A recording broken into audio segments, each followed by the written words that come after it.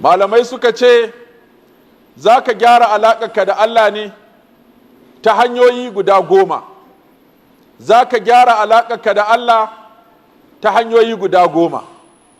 Na farko kai imani da Allah subhanahu wa ta'ala ta hanyar gamsuwa da yadda da amincewa da samuwar Allah subhanahu wa ta'ala da kuma kaɗaitar Allah subhanahu wa ta'ala a cikin ayyukansa.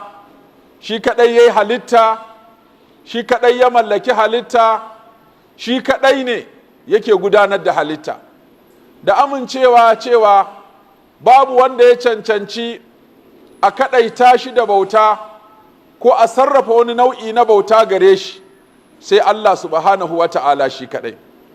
Sannan ka amince ka yadda da sunayen Allah da siffofinsa da ayyukansa wanda yake ɓanta da su, babu wanda ya kama da Allah, babu kuma wanda Allah ya kama da shi. Allah ta'ala shi kaɗai ne a cikin zatinsa, a samuwarsa, a gudanarwarsa, a sunayensa da siffofinsa da ayyukansa subhanahu wa ta'ala. Abu na biyu, ka so Allah, domin duk abin da za a yi maka na kyautatawa Allah ya maka ta hanyar samar da kai daga babu.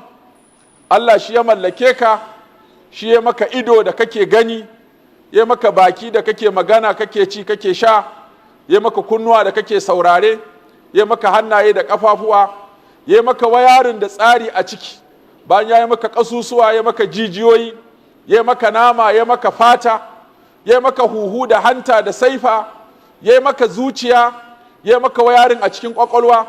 Duka wannan free of charge, baka biya ko kobo ba, ko ba a nemi ka biya ko kobo ba. Baka biyan haraji, baka biyan lasin, baka amfani da fetur ko da kananzir ko da gas ko da sola. Allah ta'ala ya maka wannan duka domin ka ce ka gode, domin ka yadda Allah ta'ala ya cancanci a so shi bisa wannan ni'ima da ya mana. Wallazina amanu ashaddu hubban lillah. Abu na uku, mu girmama Allah. Allah ya cancanci girmamawa, wa kabbirhu takbira. Allah abin girmamawa ne subhanahu wa ta'ala. Shi yake halatta komai, shi yake mallaka komai, shi yake gudanar da komai ba tare da taimakon kowa ko da taimakon komai ba subhanahu wa ta'ala. Allah ya cancanci a girmama shi. Sannan ka yi kwaɗayi cikin rahamar Allah. Allah yana da rahama wacce ya halitta guda 100, ya saukar da ɗaya tak a duniya. A tsakaninta ne muke ganin tausayi tsakanin bayi. Ya aje 99 a lahira domin ya ji kan bayinsa. Shi yasa ake kiransa ar-rahmanir rahim, mai yalwatacciya, gamammiya, faɗaɗɗiyar rahama ga kowa da kowa a duniya, mai keɓantacciyar rahama ga muminai a lahira. Sannan Allah yana da azaba, ka ji tsoron azabarsa. Azabar Allah abin tsoro ce. Allah ta'ala ce wala yu'azzibu azabahu ahad. Ba wanda ya iya azaba irin Allah, ba wanda ya iya ɗauri irin Allah. Mu nisanci duk abin da zai jawo mana shiga fushin Allah da shiga azabar Allah da gamuwa da wato fushin Allah subhanahu wa ta'ala. Abu na 6, ka yi abin da Allah ya sa ka yi daidai gwargwadon ka, iza amartukum bi shay'in fa'atu minhu mastata'tum.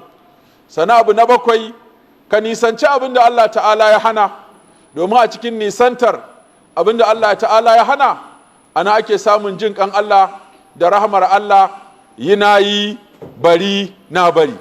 Dan Allah ya ce a yi, ka tashi ka yi. Idan Allah ya ce a bari, ka bari. Abu na 8, in Allah ya ce ungo, so yake ka ce ka gode. Allah yana son godiya akan ni'ima. La in shakartum la azidannakum. Allah ya ce in kun ce kun gode, zan ƙara muku. Wala in kafartum inna azabi la shadid. Amma ku kai mun butulci bayan na muku ni'ima, Allah ya ce to ku shina azaba ta fa ba kan wallasa bace. Sannan Allah yana son ka yi haƙuri. Allah zai jarabce ka wata ran a gidanka, wata ran a kanka, wata ran matakka, wata ran kasuwancinka, wata ran sana'arka. Dukkan jaraba da Allah yau mutum ya yi haƙuri, Allah zai mai abin ya koma lada. Hatta tuntuɓe annabi alaihi salatu wasalam ya ce in kai ka buge, ka ce inna lillahi wa inna ilaihi raji'un, Allahumma jinni fi musibati haza, Allah zai musanya maka da alheri.